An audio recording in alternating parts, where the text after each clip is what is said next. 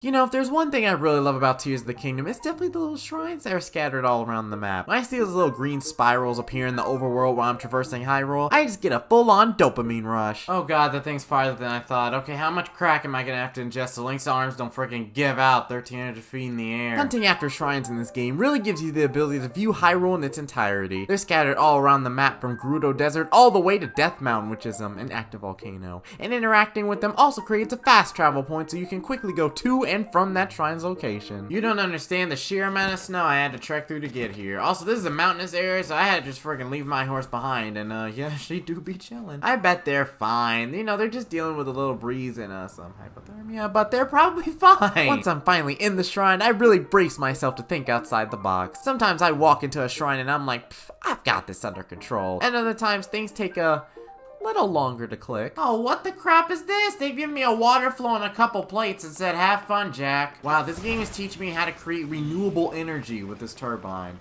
If only we did this kind of stuff more in real life. Look at how fast this thing is charging up this battery. I need a charger like this for my phone. I mean, it might short circuit and burn down my room, but hey, it's charging fast. Some puzzles in the shrines can really get me thinking. They just lay out a bunch of things on the floor of the shrine and say, give it your best try, sport. These shrines result in a lot of foiled plans and shattered self-worth, but I eventually get them solved. Alright, this shrine has the subtitle, A Fixed Device, so let's see what you need to do here.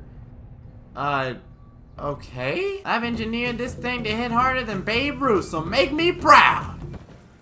Foul ball! Maybe I'm supposed to make a big stick with these materials to reach the target. Come on now. Come on now, you know you want to.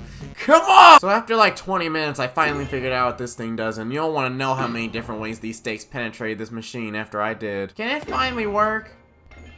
Yes! I finally got it! Woohoo! Look at me go! Look at me go! What?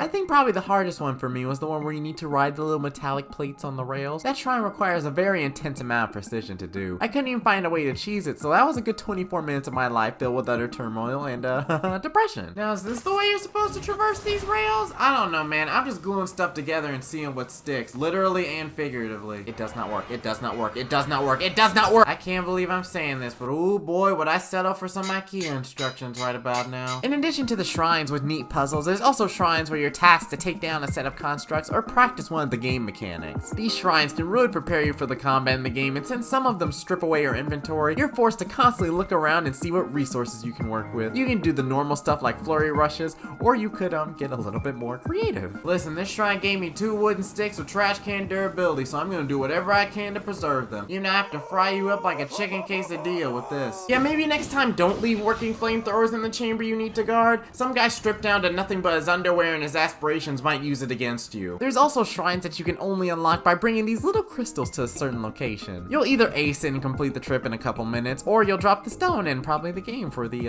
rest of the night. Hon, why is that crystal just super glued to the Minecraft version of Optimus Prime over there? It's okay, you overgrown Lego set. I'm just removing this little tumor you got. There we go.